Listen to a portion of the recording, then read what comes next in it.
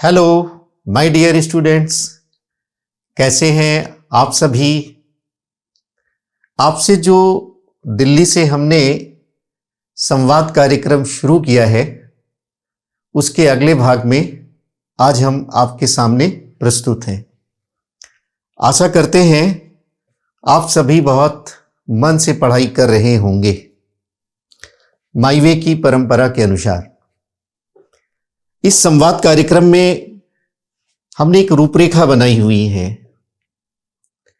आपसे कुछ बातें करने की।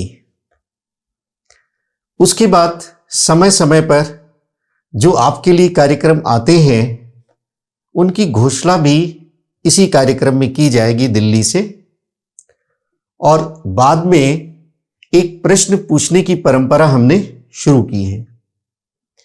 उसका जवाब आपको कमेंट बॉक्स में देना है और बाद में हम आपको दिल्ली से इसी मंच से यहीं से क्लास पढ़ाएंगे या उसके बारे में बताएंगे। एक रूपरेखा है, उसका पालन हम लोग करेंगे। पहला जो चर्चा करनी है आपसे वो ये है कि जो पहला कार्यक्रम हमने आपके साथ डायलॉग स्थापित करने की कोशिश की है उसमें जो आपने पार्टिसिपेशन किया है वो बहुत ही उत्साहजनक है। बहुत अच्छा लगा हमें। बहुत सारे विद्यार्थियों ने कमेंट बॉक्स में जाकर के जो प्रश्न हमने पूछा उसका उत्तर दिया है, और मुझे पता था कि अधिकांश बच्चों के उत्तर सही ही आएंगे और वो सही हुए। आपने जिस उत्साह से उसमें भागीदारी किया है उसको आगे भी बना के रखना है। आपको ऐसे ही जुड़े रहना है। हम आपके लिए हमेशा जैसे पहले भी करते आए हैं ऑफलाइन मोड में, यहां से भी नए नए प्रश्न, नई नई बातें, नई नई संकल्पनाएं, अवधारणाएं प्रस्तुत करते रहेंगे, बताते रहेंगे। बच्चों ने जो नीचे कमेंट बॉक्स में अपने कमेंट किया है उसमें से सारे छात्र लगभग जुड़े हुए हैं। सभी को मैं पहचानता हूं और जानता भी हूं। बहुत अच्छा लगा। आप सबको शुभकामनाएं, आशीर्वाद। ऐसे ही जुड़े रहिए।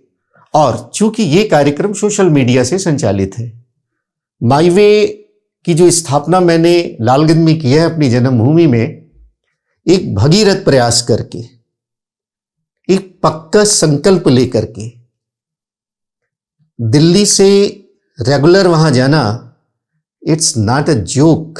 ये बात आज मैं इतने वर्षों के बाद कहता हूं, लेकिन आप सब ने जो उत्साह से वहां भागीदारी की, वहां आए, हमारी बात सुनी, बड़ी संख्या में सफलता की जो एक श्रृंखला स्थापित हुई उसने हमें इनकरेज किया। हमने दिल्ली में अपना नफा नुकसान नहीं देखा।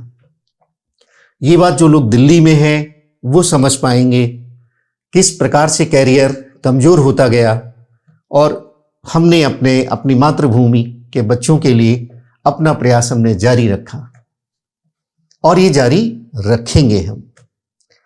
आप इसमें भागीदारी करें और भी लोगों को जोड़ें, बताएं इस कार्यक्रम के बारे में।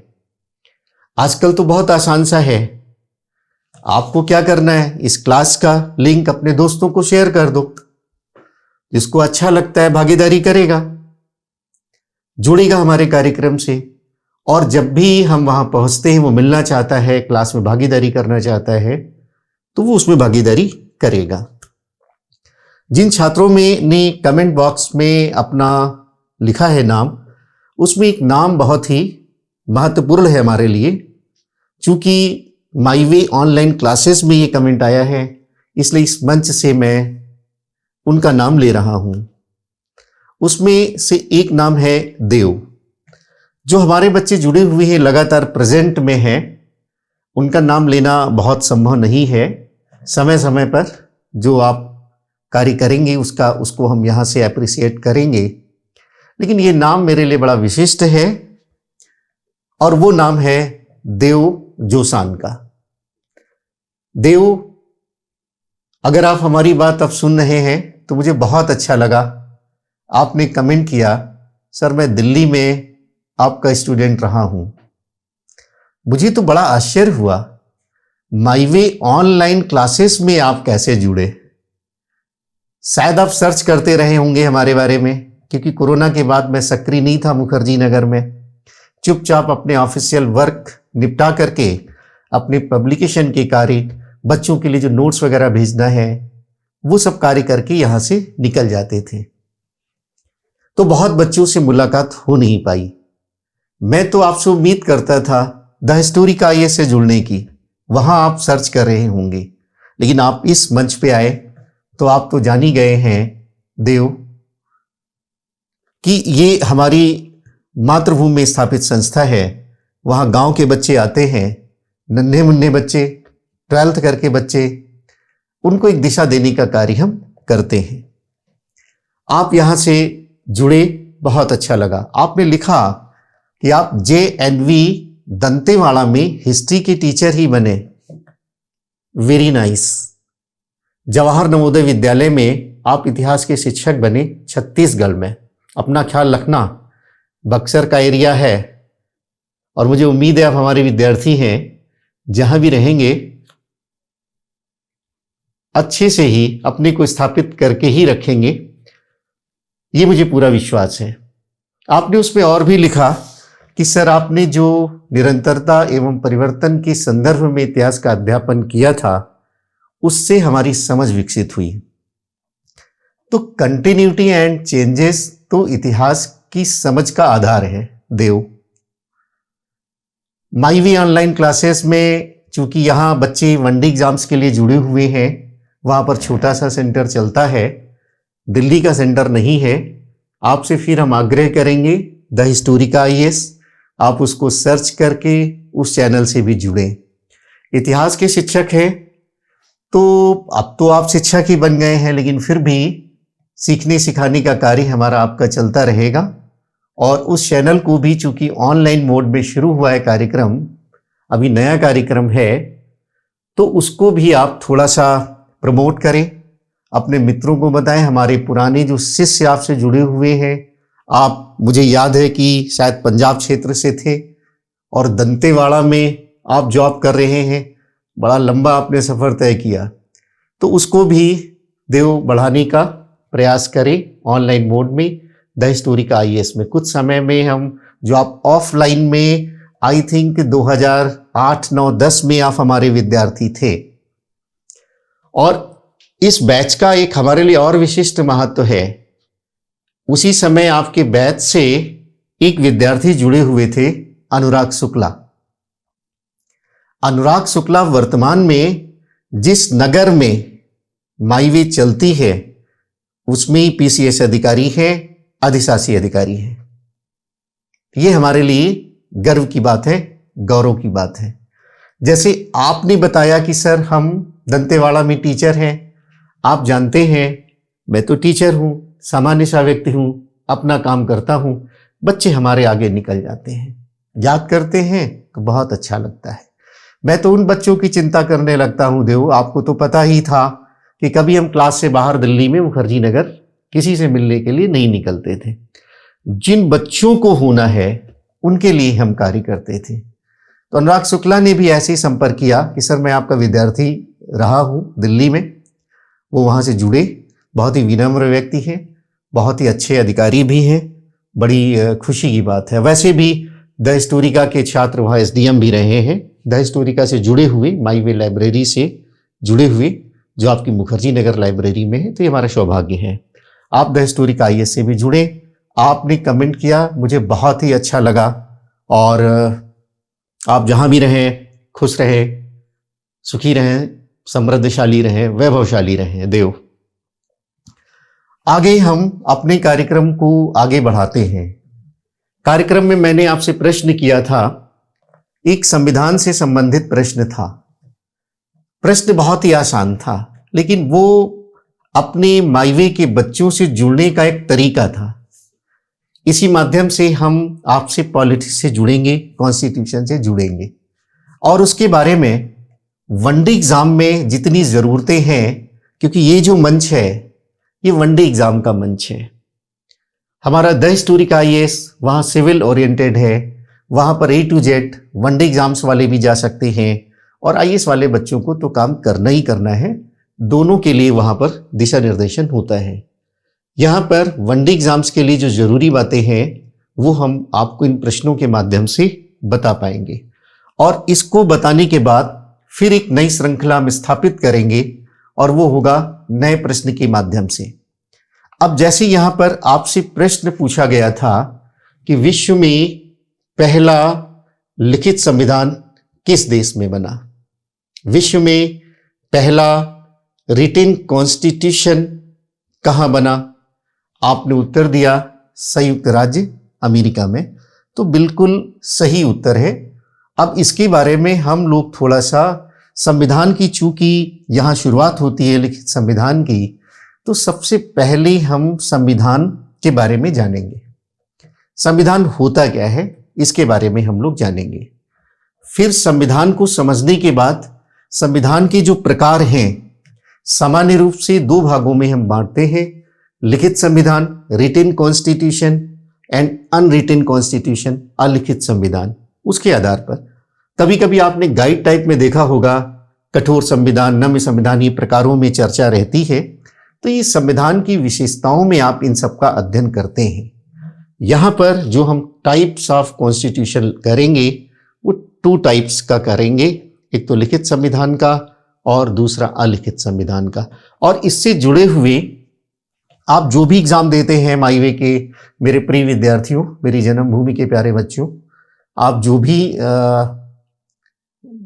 एग्जाम देते हैं, सुपर टेट है, SSC है, एयरफोर्स है, पुलिस है, वहां से संबंधित सभी प्रश्नों को हम यहां से डिस्कस करेंगे। तो आइए हम लोग समझते हैं।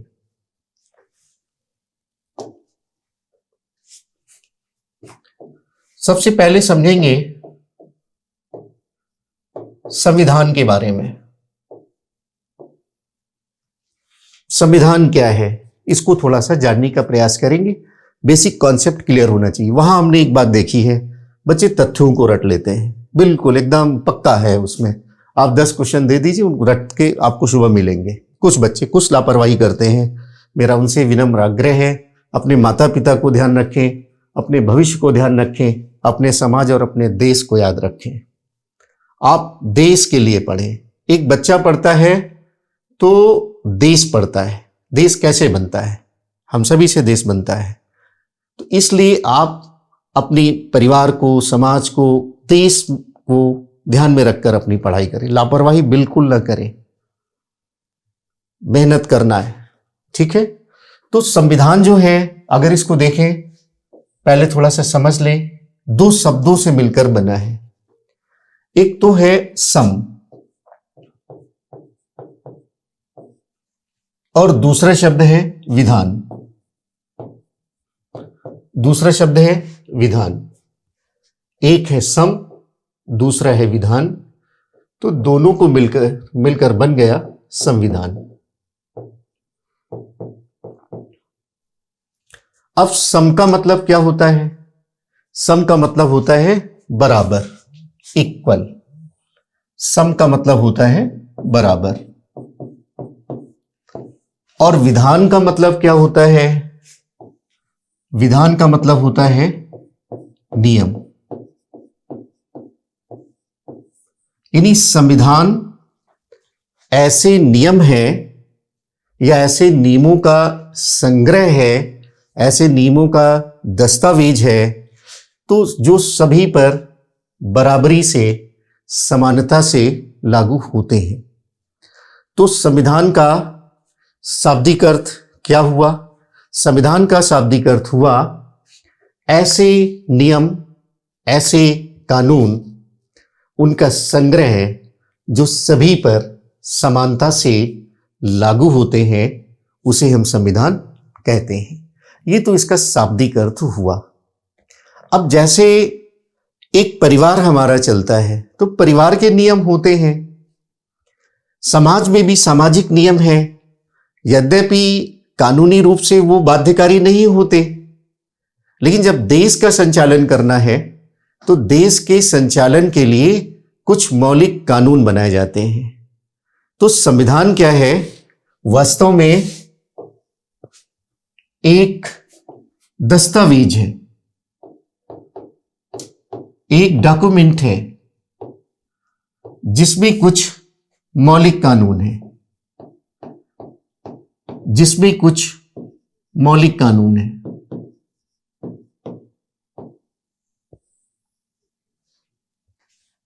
तो संविधान में कुछ मौलिक कानून है। ये इन कानूनों का काम क्या करना है? इन कानूनों का कार्य है देश का संचालन करना। इनका उद्देश्य क्या है? इनका उद्देश्य है कि जो देश है, देश की व्यवस्था का संचालन करना।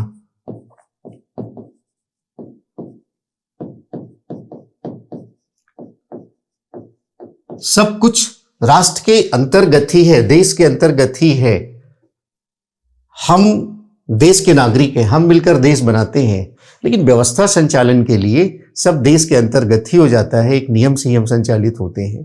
ऐसा नहीं कि मैं अपना नियम लागू करूंगा या कोई राज्य अपना नियम लागू करेगा, दूसरा अपना नियम लागू करेगा, ऐसा बिल्कुल नहीं।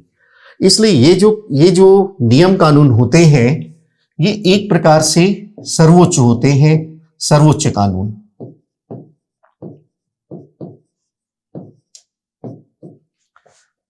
तो अभी तक आपने ये समझ लिया है कि ऐसे नियमों का संग्रह जो सभी पर बराबरी से लागू होते हैं, उन्हें हम संविधान कहते हैं। संविधान जो है एक प्रकार का डॉक्यूमेंट है, एक प्रकार का दस्तावेज है, जिसमें देश के संचालन के लिए मौलिक कानूनों का संग्रह होता है और ये कानून सर्वोच्च कानून होते हैं। अब इस संविधान में क्या क्या होता है?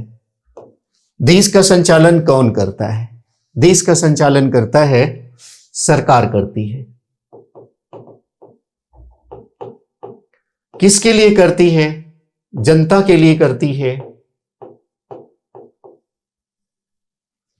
तो इसमें इस संविधान में क्या होता है? सरकार के जो विभिन्न अंग होते हैं, उनकी रूपरेखा इसमें दी जाती है, रूपरेखा बनाई जाती है, उनके कार्यों का निर्धारण किया जाता है। अब सरकार के अंग जैसा आप जानते हैं, आप 3 अंग की चर्चा करते हैं। लेजिस्लेटिव की बात करते हैं, विधायिका की बात, विधायिका। दूसरा कार्यपालिका, एग्जीक्यूटिव, और तीसरा न्यायपालिका। ये सरकार की अंग है। यानी संविधान में क्या होता है कि सरकार के अंगों अर्थात विधायिका जहां कानून बनते हैं, कार्यपालिका जो इनको लागू करता है कानूनों को, और न्यायपालिका जो इन पर नजर रखती है। इनके जो कार्य हैं उनका निर्धारण होता है संविधान में। इनको कार्य कैसे करना, इनकी पूरी रूपरेखा संविधान के माध्यम से। ये जो सरकार के अंग हैं, इनके अधिकार बताए जाते हैं, इनके अधिकारों का निर्धारण होता है। आपके कौन कौन से अधिकार हैं, एक निश्चित परिभाषा दे दी जाती है। नहीं तो नई समस्या आ जाएगी, अक्सर आ भी जाती है। आपने देखा होगा विधायिका न्यायपालिका में कभी कभी टकराहट, इस तरह की बात सुनाई देती है इंडिया में। आईएएस लेवल में हम लोग बात करते हैं। यहाँ पर इतना बहुत है आपके लिए जो समझा रहे हैं, वनडे एग्जाम्स के लिए पक्का कर लेना है। अब अधिकारों का निर्धारण होता है और इसके साथ साथ इनकी जो रिस्पॉन्सिबिलिटीज हैं, जो इनके उत्तरदायित्व हैं,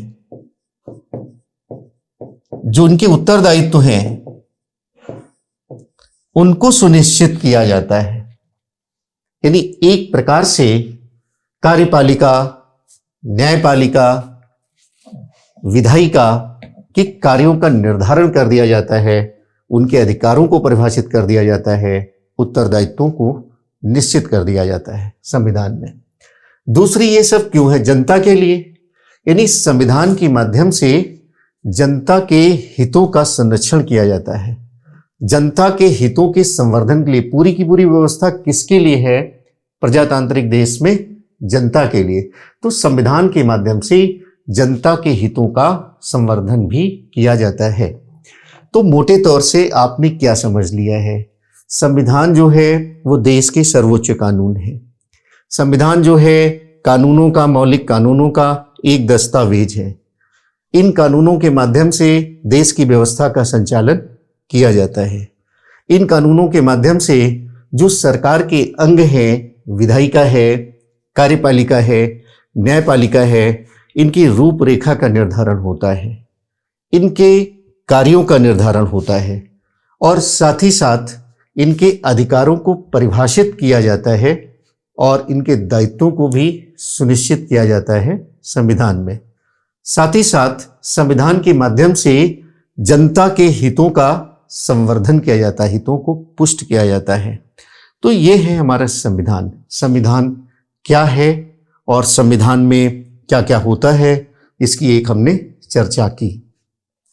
अब जो आपका प्रश्न था कि विश्व का पहला लिखित संविधान बहुत पूछा जाता है अमेरिका में, अब हम लोग बात करेंगे संविधान के प्रकार पर। तो हेडिंग डालिए,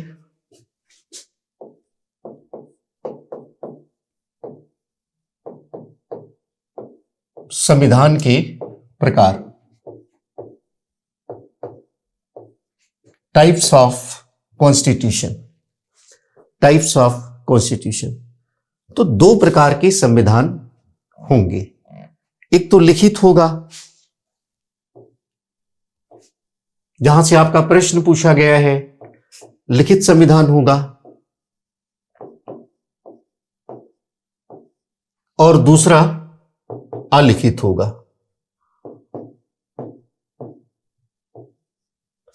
एक तो रिटन कॉन्स्टिट्यूशन है और एक अनरिटन कॉन्स्टिट्यूशन है।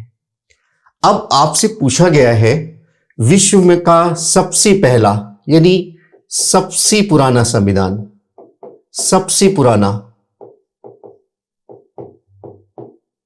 संविधान किसका है?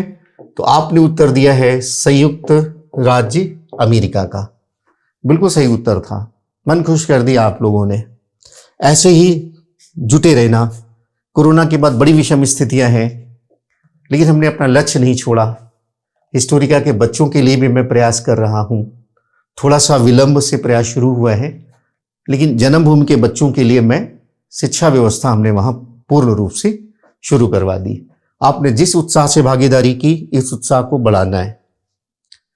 कमेंट बॉक्स में सब बातें लिखनी है, पूरा याद करके आना है। जब भी मैं वहां उपस्थित हूं तो मुझे उत्साह से युक्त मिले, याद करके मिले, हमारा मन खुश हो जाए। मैं कितना भी थक के वहां से आता हूं, मैं आपके लिए यहां से भी प्रयास करता रहूंगा आपके लिए। और अपने दोस्तों को भी जोड़िए। हमारा वहां कार्य कोई व्यावसायिक नहीं था, एक शिक्षा में जागरूकता का कार्य था और वो बखूबी मैंने किया। आप देखिए पूरे 20-30 किलोमीटर में कैसी जागरूकता आई है। बहुत अच्छा लगता है हमको, बहुत ही अच्छा लगता है कि हमारे मातृभूमि के बच्चे पढ़ते हैं वहाँ, कहीं पर भी पढ़ते हैं। मुझे बहुत अच्छा लगता है कि हमारे जाने के बाद माईवे ने एक जो रोल मॉडल वहाँ प्ले किया है, उसका प्रभाव 20-30 किलोमीटर एरिया में है, आप सब जानते हैं। तो और उत्साह दिखाना है। अब देखिए आपके वनडे एग्जाम्स के लिए जरूरी प्रश्न, उनको पक्का करना है। अब जैसे अगर आपसे पूछा जाता है विश्व का सबसे पुराना लिखित संविधान किसका है, तो अमेरिका का है, ठीक है। और सबसे नया संविधान कहां का है? विश्व का सबसे नया संविधान, तो इसका उत्तर होगा नेपाल। इसका उत्तर होगा नेपाल। अब इसके बाद ये जो संविधान है सबसे पुराना है, और अगर आपसे पूछा जाता है सबसे छोटा संविधान, सबसे छोटा लिखित संविधान किस देश का है, तो उत्तर होगा अमेरिका का ही। और अगर आपसे पूछा जाता है सबसे बड़ा लिखित संविधान, क्वेश्चन नोट करते जाना, सबसे बड़ा लिखित संविधान,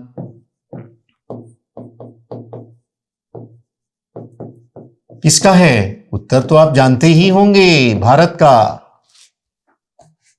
भारत का संविधान बहुत ही महत्वपूर्ण है, ये पहला संविधान है। दुनिया में एक बात और चर्चा में रहती है कि अगर संविधानों की बात करें तो सबसे जब अच्छे संविधान की बात होती है, सबसे अच्छा संविधान वो भी भारत का माना जाता है, क्योंकि बहुत सारी चीजें हमने अच्छी अच्छी चीजें पूरे विश्व के संविधानों से ले लिया है, और इसीलिए भारतीय संविधान को उधार का थैला भी कहते हैं। उधार का थैला भी कहते हैं। यद्यप मेंस लेवल पर आ गया, इस लेवल पर हम लोग इससे सहमत नहीं होते हैं, लेकिन आपको वनडे एग्जाम्स के लिए ये उधार का थैला किसको कहा जाता है? भारतीय संविधान को कहा जाता है। अब यहां पर देखिए, सबसे छोटा संविधान है, लगभग इसमें 4400 ही शब्द हैं, 4400, और बहुत कम समय में बन गया था। 100 डेज में इसको कंप्लीट कर लिया गया था। आपसे यह भी पूछा जाता है अमेरिका का संविधान कब बना, तो डेट आप लिख लीजिए 17 सितंबर 1787। 17 सितंबर 1787, 1787 में। और ये 17 सितंबर को ही अमेरिका में संविधान दिवस मनाया जाता है। आपसे पूछा जाए कि अमेरिका का संविधान दिवस कब मनाया जाता है, तो आपका उत्तर होगा 17 सितंबर। अच्छा, ये बताइए भारत का संविधान दिवस कब मनाया जाता है, तो आप अभी हाल में आपने मनाया 26 नवंबर को। 26 नवंबर को भारत का संविधान दिवस मनाया जाता है। 26 नवंबर 1949 को हमारा संविधान तैयार हो गया था। पूर्ण रूप से लागू हुआ 26 जनवरी 1950 को, जिस दिन हम गणतंत्र दिवस मनाते हैं। तो ये लागू बाद में हुआ। लागू हुआ अमेरिका का संविधान, अगर आपसे पूछें लागू कब हुआ, तो 4 मार्च को लागू हुआ, 4 मार्च को लागू हुआ है, और 1789 ईस्वी में लागू हुआ है। तो 1787 में ये बनता है और 1789 ईस्वी में ये लागू होता है। ठीक है। इस संविधान को बनाने में एक व्यक्ति की बहुत महत्वपूर्ण भूमिका है। उनका नाम है जेम्स मैडिसन। उनका नाम है James Madison. James Madison. Hindi में भी लिख लेना, वहां पर ज्यादातर बच्चे हिंदी मीडियम के, मैं पूरी कोशिश करता हूं कि हिंदी में ही लिखूं। Madison, James Madison. इनको father of the constitution of USA कहा जाता है। अमेरिकी संविधान का पिता कहा जाता है जेम्स मेडिसन को। अगर आपसे पूछा जाए अमेरिकी संविधान का पिता कौन है, तो आपका उत्तर होगा जेम्स मेडिसन। और अगर आपसे पूछा जाए भारतीय संविधान का पिता कौन है, तो आप अच्छी तरह से जानते हैं बाबा साहब भीमराव अंबेडकर, भारतीय संविधान का पिता। तो ये तुलनात्मक ढंग से पढ़ने से आपको बहुत सुविधा रहेगी, बहुत सारे प्रश्न तैयार हो जाएंगे। आज ही की क्लास में सारी समस्या समाप्त हो जाएगी यहां से जुड़ी हुई। अब अगर आपसे पूछा जाता है, ये तो विश्व के संदर्भ में था, विश्व का सबसे पुराना लिखित संविधान। अगर एशिया के बारे में पूछ ले, एशिया के बारे में, एशिया का सबसे पुराना लिखित संविधान कहां का है, तो आप लिख लें ऑटोमन साम्राज्य जो तुर्की में है। ऑटोमन साम्राज्य जो तुर्की में था, ये 1876 में बना था ऑटोमन साम्राज्य। इसके बाद जापान का संविधान। कभी कभी पुस्तक में सबसे पुराना जापान लिखा रहता है, तो कंफ्यूज्ड मत होना। अगर ऑटोमन साम्राज्य नहीं लिखा, मान लेते प्रश्न पूछ लिया गया एशिया का सबसे पुराना लिखित संविधान किसका है, और उसमें ऑटोमन साम्राज्य नहीं है, क्योंकि ऑटोमन साम्राज्य एशिया के साथ साथ बाहर भी था, यूरोप में भी था, अन्य क्षेत्रों में भी विस्तृत था, काफी बड़ा साम्राज्य था, थोड़ा सा इलाका अफ्रीका में भी था इनका। तो अगर ये विकल्प नहीं है तो जापान लगाएंगे 1889 में। 1889 में 1889 में जापान का जो संविधान बना, इसको शांति संविधान भी कहते हैं। ये एशिया का सबसे पुराना संविधान था। अब इसके बाद हम लोग आते हैं, ये तो लिखित संविधान के बारे में बातें थी। अब आता है अलिखित संविधान, अनरिटन कॉन्स्टिट्यूशन। अब पहली बात तो आपको ये समझ में रखनी है कि अलिखित का मतलब ये नहीं कि रिटन फॉर्म में नहीं है। यहां भी सारे नियम कानून तो रिटन फॉर्म में ही होंगे। मौखिक परंपरा, श्रवण परंपरा तो हजारों वर्ष पहले हुआ करती थी कि हमने कानून बताया, हम अपने जूनियर लोगों को बताया, अपने छोटे लोगों को बताया, फिर उन्होंने बताया, फिर उन्होंने बताया। जैसे वेद हमारे यहाँ श्रवण परंपरा में थे, ऐसा तो है नहीं, रिटन फॉर्म में ये भी है। लेकिन यहां पर इन देशों में क्या है कि जो संविधान रिटन फॉर्म में है वो कभी भी बदले जा सकते हैं। इन देशों में क्या होता है, जो संसद वहां की होती है वो सर्वोच्च होती है। यहां पर क्या होता है, उन देशों में लागू होता है ये जहां पर संसद सर्वोच्च होती है। बहुत ही महत्वपूर्ण प्रश्न है, इसको ध्यान में रखना। जैसे इंग्लैंड में, जैसे इंग्लैंड, ब्रिटेन, जो ब्रिटेन का संविधान है वो अलिखित संविधान है। और यहां पर क्या है, संसदीय सर्वोच्चता है, यानी संसद कभी भी नियमों में बदलाव कर सकती है। हमारे यहां क्या है, जहां भी लिखित संविधान होगा वहां विधायिका, कार्यपालिका, न्यायपालिका, इसमें सामंजस्य बिठाने की कोशिश होगी। मॉन्टेस्क्यू का जो सेपरेशन ऑफ पावर है उसको लागू करने की कोशिश होगी। और इन देशों में संसदीय सर्वोच्चता नहीं होती, संवैधानिक सर्वोच्चता होती है।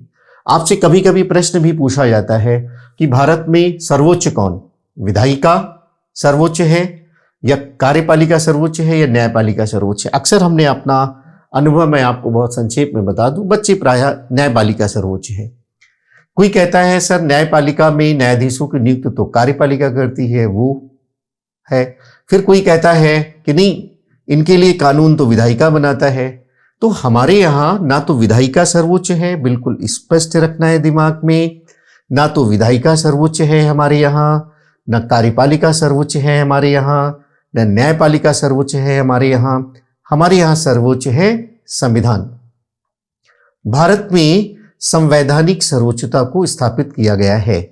जो ये पावर्स मिलते हैं, हमने पहले ही कहा, जो ये शक्तियां मिली हुई हैं विधायिका को, कार्यपालिका को, न्यायपालिका को, वो संविधान के द्वारा दी गई हैं। तो संवैधानिक सर्वोच्चता हमारे यहाँ स्थापित है।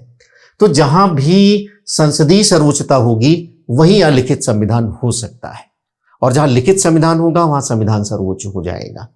तो ये है आपका अलिखित संविधान के बारे में। अन्य देशों में भी ये लागू है। जैसे आप इजराइल का नाम सुनते हैं अलिखित संविधान में, एक तो ब्रिटेन आपने लिख लिया, ये उदाहरण है। आप इजराइल का नाम लिख सकते हैं। आप जो है न्यूजीलैंड का नाम लिख सकते हैं।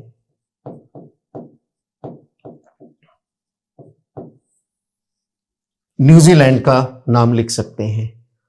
इसके अलावा भी जैसे सऊदी अरब में भी रिटन नहीं है, अरब में तो वहाँ धार्मिक जो कानून है उनकी सर्वोच्चता होती है।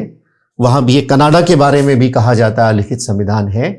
यद्यपि विद्वानों में मतभेद रहता है कनाडा को लेकर के, वहाँ की जो स्थिति वो ये है कि संविधान तो रिटन फॉर्म में है, लिखित उनका है, लेकिन फिर भी वहाँ संसदीय सर्वोच्चता के तहत संसद उसमें कभी भी बदलाव कर सकती है, इसलिए वो बीच की स्थिति वहाँ स्थापित हो जाती है। आप उदाहरण बिल्कुल रखेंगे इंग्लैंड के संविधान का, इजराइल के संविधान का, न्यूजीलैंड के संविधान का।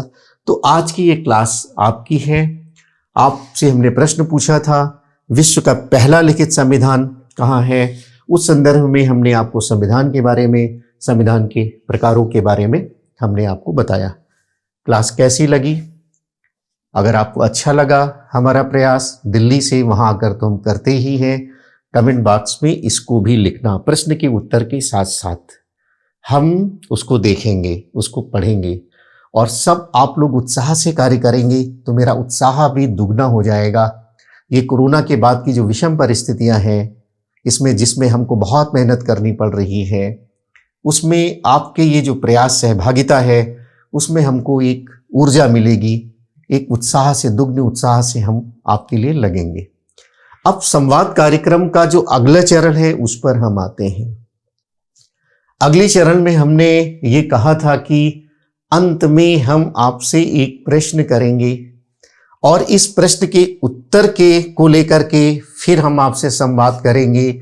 वहाँ नई नई बातें, नई नई घोषणाएं, नए नए कार्यक्रम के बारे में जब भी होगा आपको सूचित करते रहेंगे। तो ये बहुत ही प्रगतिशील कार्यक्रम होने वाला है दिल्ली से माई वे के बच्चों के लिए, बैसवारा क्षेत्र के बच्चों के लिए, और चैनल के माध्यम से जो भी बच्चे इस देश के जुड़ रहे हैं सभी के लिए भी ये प्रयास बहुत शक्तिशाली होने वाला है माई वे ऑनलाइन क्लासेस में। तो आइए अब एक नया प्रश्न नोट कर लेते हैं। आज का प्रश्न है,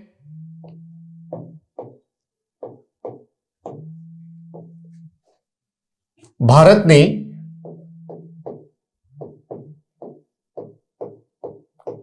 किस देश के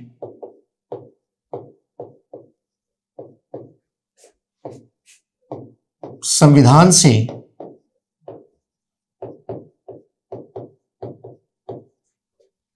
मूल अधिकारों को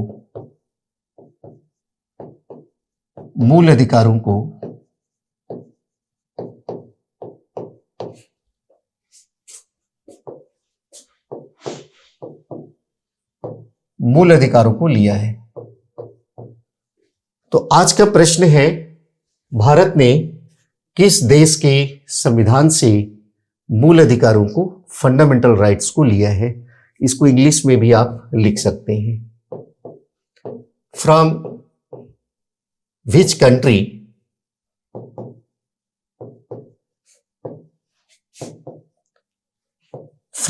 कंट्रीज कॉन्स्टिट्यूशन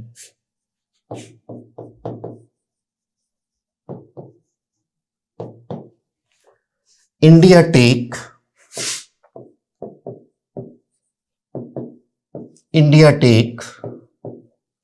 fundamental rights.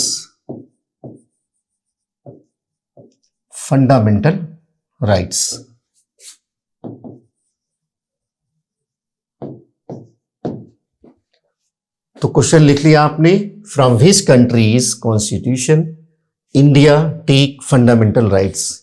मूल अधिकारों को किस देश के संविधान से लिया गया है? तरीका तो आपको पता ही है, किस देश के संविधान से लिख दिया गया है। कमेंट बॉक्स में जाना है, इस बार 2 बातें लिखनी है। एक तो क्लास कैसी लगी, हमारा प्रयास कैसा लगा, और दूसरा इस प्रश्न का उत्तर आपको लिखना है। हमारा उद्देश्य कोई व्यावसायिक नहीं है। माई वे में कुछ 100 रुपए में पढ़ाते हैं हम। यहाँ की फीस क्या है अगर चैनल पे बताना संभव नहीं है, क्या था ऑफलाइन में आप सब सुनते ही होंगे।